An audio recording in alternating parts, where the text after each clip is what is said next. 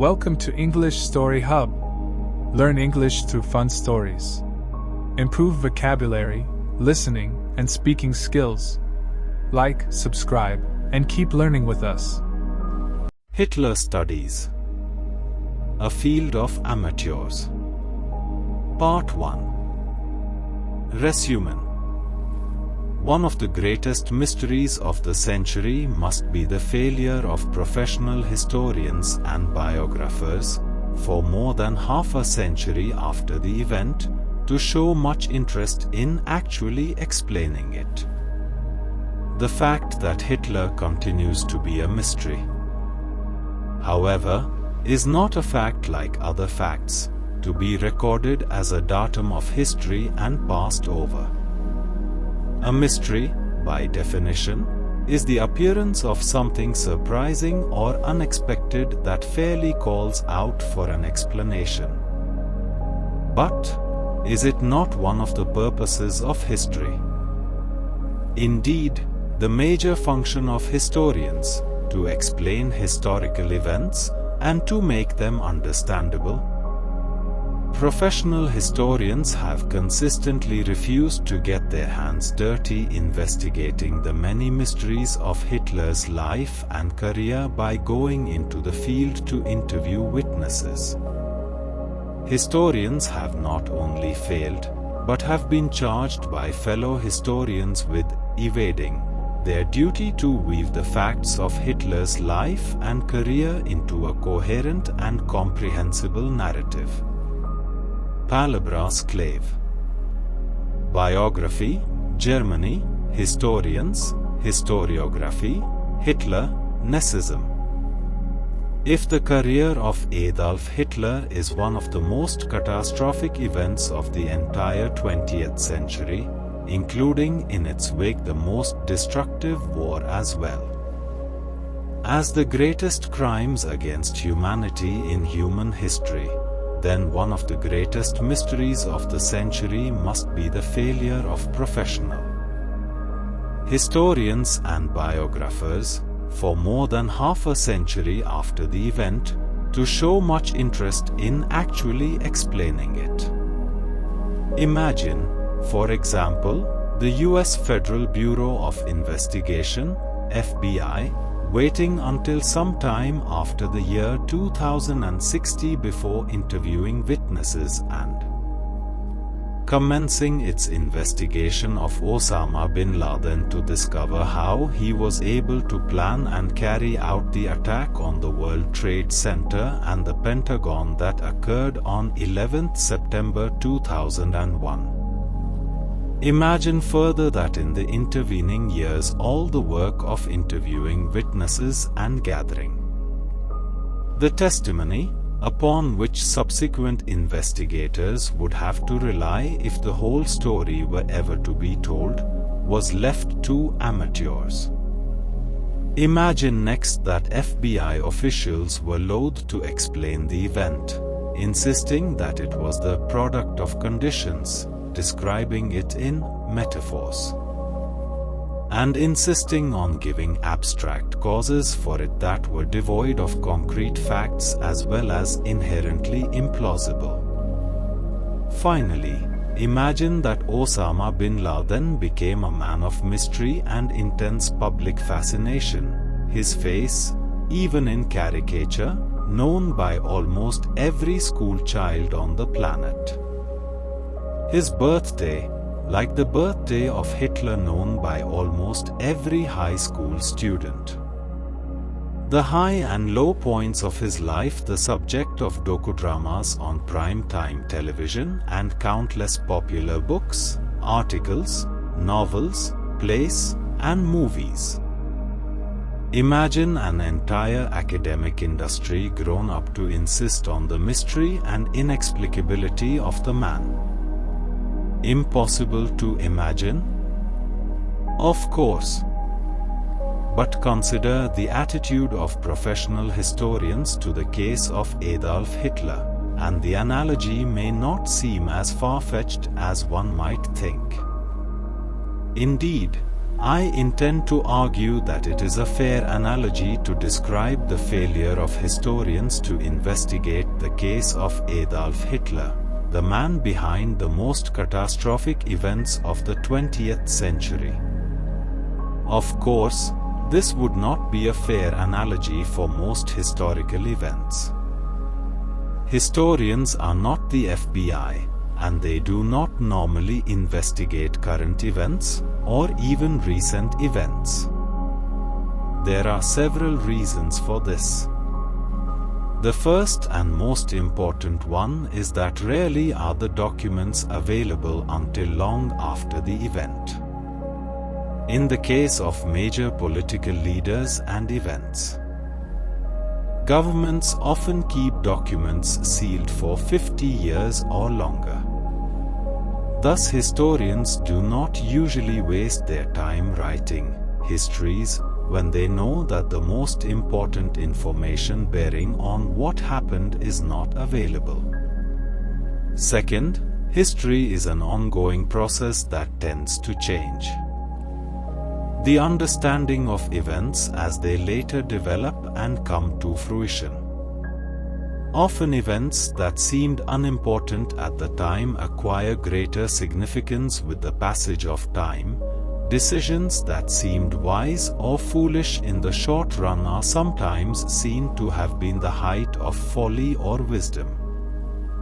In the long run, historians quite rightly do not wish to describe and explain events until they are fully played out. Thus, historians usually wait until many decades after an event to describe both its genesis and its consequences. In the case of Hitler, however, the analogy is pertinent because all of these preconditions were fulfilled by 1945 or, at the latest, by 1946. First, the eruption of Hitler and the Nazis came to a crushing end amid the ruins of the Third Reich. After the suicide of Hitler and the unconditional surrender of Germany, there was nothing more of Nazism to be developed or played out, except perhaps the trial of its leaders as war criminals and the judgment at Nuremberg, which was rendered by the end of 1946. After that, Nazism was as dead as a doornail and Hitler was nothing but history. Second, almost all of the documents and records of the Third Reich and the National Socialist Party were captured intact by the Allies, and, in a virtually unprecedented action, opened up to historians immediately after the war. Finally, the Nuremberg trials sealed the judgment of history on these events. There would be no reinterpretation. There were, therefore, no good reasons for historians not to begin writing a coherent biography of Hitler immediately after the war. In addition, there were several very strong reasons for historians to do so. First, public interest in and, indeed, fascination with the strange and mysterious career of Adolf Hitler and the bizarre events of the Third Reich has been high, not only in Germany but among the publics of the victorious Allies as well.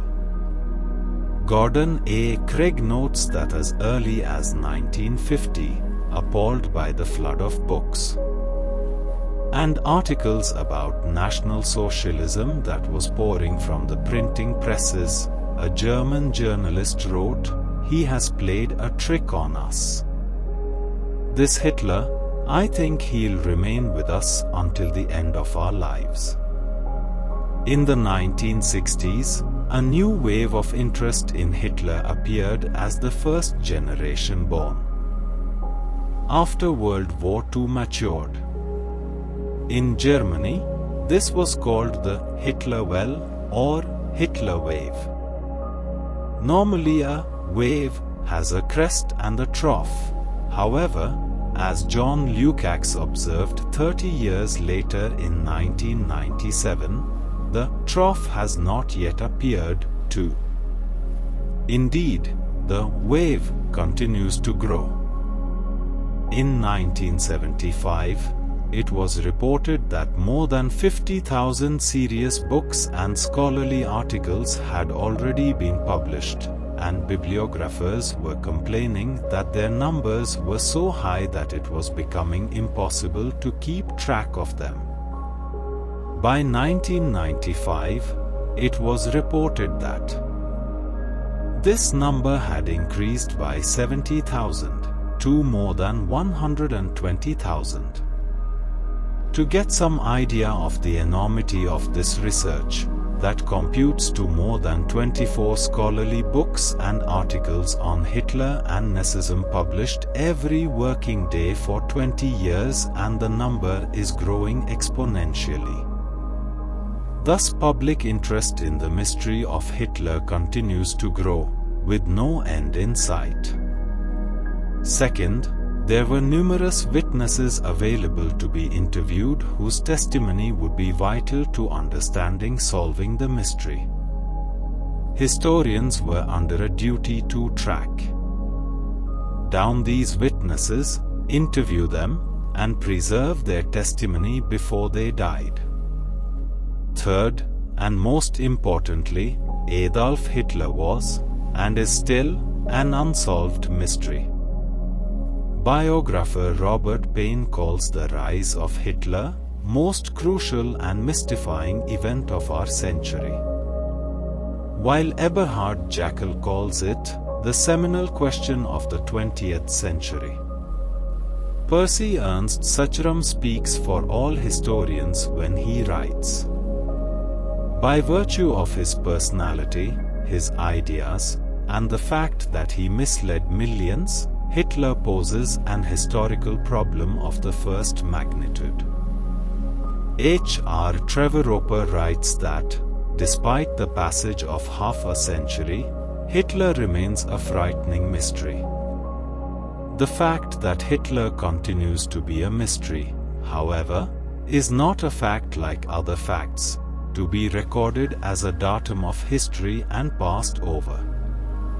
A mystery, by definition, is the appearance of something surprising or unexpected that fairly calls out for an explanation. But, is it not one of the purposes of history, indeed, the major function of historians, to explain historical events and to make them understandable? Are historical problems of the first magnitude to be simply declared inexplicable? Is Hitler to live on as history's greatest mystery, the most unique and inexplicable man who ever lived?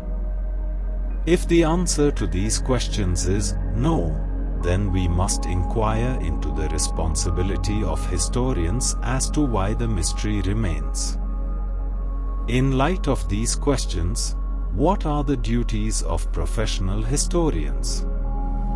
Theodor Mommsen long ago set out criteria for what is minimally expected of historians. History, he said, is nothing but the distinct knowledge of actual happenings, consisting on the one hand of the discovery and examination of the available testimony, and on the other of the weaving of this testimony into a narrative in accordance with one's understanding of the men who shaped the events and the conditions that prevailed.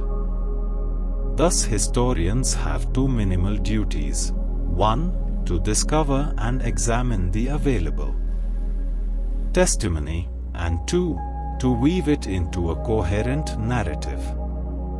In regard to the rise of Hitler, historians have failed this definition on both counts.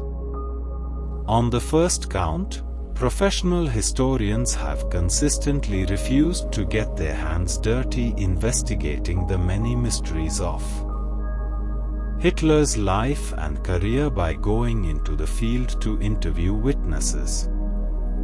were it not for a handful of amateurs who ventured to go where the angels of the historical profession feared to tread, we would not have many of the materials upon which historians are now relying to solve the mystery.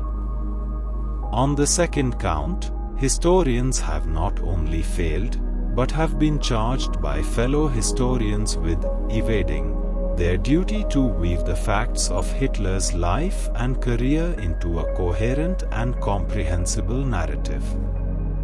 Instead, Hitler remains an unexplained mystery, an unperson. Unique in all human history, declared to be inexplicable. The reason for the vast and rising public and scholarly interest in Hitler, I submit, is simple. He continues to be a mystery. The attraction involved in such a mystery was once described by Albert Einstein, who said, "The most beautiful thing we can experience is a mystery." Hitler become beautiful? This is a terrifying thought. But the fact is that the most horrible things, from Frankenstein to Dracula to Godzilla to the slime monster, can become fascinating and attractive when wrapped in mystery. Peter Weiden has written of the increasing public fascination with Hitler as the Hitler virus. The danger, as Saul Friedlander warns, is that such continued fascination may result in an inversion of science and the beginning of a new discourse about evil. It is the purpose of this article to discuss the responsibility of historians for the continuing mystery of Hitler and the corresponding fascination it attracts, in terms of the two duties that Mommsen laid upon them. 1. The duty to investigate and gather the facts necessary to solve the mystery, and 2. The duty to weave the facts into a coherent narrative. 1. The failure of historians to investigate. The most fundamental and difficult question in the field of Hitler studies is the question of how this uneducated high school dropout and bum from the streets of Vienna ever came to be one of the most outstanding orators and political organizers in German, if not all modern history. Strangely, the professional historians have avoided this question as though it were a case of AIDS. Surely, unless there were some miracle in Hitler's life at the age of 30 when he attended his first political meeting 10, any historian worth his salt would be looking into this man's early life to find the secret of his success at gaining power. Yet, instead of going into the field to find and interview every person who ever knew the young Hitler, as any good private detective would have done, the professional historians sat at their desks for 50 years, leaving all of the tracking down and interviewing of witnesses to amateur historians. Fortunately, there were several amateurs who stepped in to fill the gap, and it is to them that we owe most of everything that we know of the young Hitler, other than what this most secretive of men chose to tell. The first of these was Franz Jetzinger, author Hitler's Jugend, Fantasien, Lügen und die Wahrheit, 1956-11.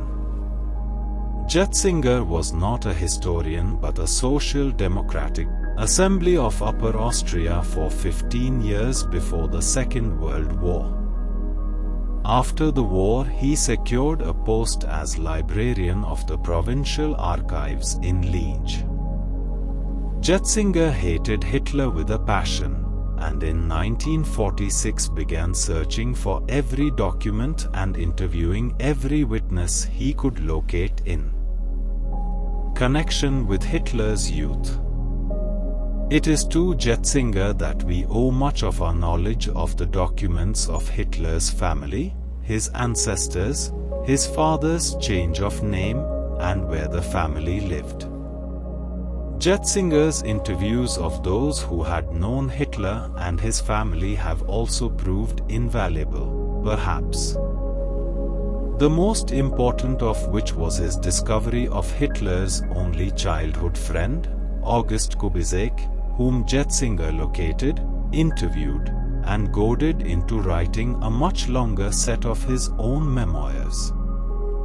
The latter were published in 1953 as Adolf Hitler, May Jugendfreund 12, and constitute the only testimony we have from anyone who knew Hitler as a youth. Kubizek's memoirs are important as the first and only insight into, as H.R. Trevor Roper writes in the introduction to Kubizek's memoirs, the incipient character of the man who, without any other natural advantage besides his own personality, became the most powerful and terrible tyrant and conqueror of modern history. It was only through the indefatigable work of Jetzinger, however, that this witness was discovered and his testimony obtained before he died. If it had been left to the professional historians, we would never have known of Kubizek, and his memoirs might never have been written and published. The next amateur to do what professional historians ought to have done was Werner Maser. Maser was a simple soldier during the war who spent time in both American and Russian prisoner of war camps and, upon his release, studied in East Berlin. Emigrating to the West in 1952, he worked first as a journalist before realizing that the investigation of Hitler was being completely ignored by the professional historians. He set out to fill the vacuum. Maser's main achievement, writes John Lukács, was the unearthing of large quantities of data through his tireless research. Much of this data came from Maser's relentless efforts to track down the testimony of witnesses who knew Hitler, and his determination to collect and preserve their testimony before they died. Between 1965 and 1973, he produced 4 huge volumes on the history of the National Socialist Party and Hitler's early career, followed by a book on Mein Kampfer, a biography of Hitler, and a book on Hitler's papers and documents. Though Maser was clearly carrying out the first duty of a historian according to Theodor Mommsen, his work was not appreciated by professional historians. Rather, as Lukács notes, he was excluded from the higher circle of German academic historians. One is reminded of the attitude of professional police forces toward private detectives in mystery novels. Their results in solving cases are grudgingly recognized, but the detectives themselves are looked down upon. To give some idea of the importance of both Jetzinger and Maser, it is worth noting how much their work is relied upon by professionals. In Ian Kershaw's recent biography, Hitler, Hubris 1889–1936, for example, 90 of the 164 footnotes to the chapter on Hitler's youth, Chapter 1, cite Jetzinger, Maser, or Kubizek, and almost all of these are for factual information, while of the remaining 74 footnotes, 27 cite to Hitler himself, or are largely interpretational. Thus, almost everything we know of the facts of Hitler's early life, except what Hitler himself chooses to tell us, comes from these amateurs who did the primary research and gathered the testimony while the witnesses were alive. John Toland, author of Adolf Hitler, New York, Doubleday, 1976, is the next amateur to begin doing what the professionals should have done. Toland began researching his biography of Hitler in the 1960s by visiting every place Hitler had ever lived and talking to people who knew him. Toland located over 250 witnesses and was amazed to find that many of them had never been interviewed by a professional historian.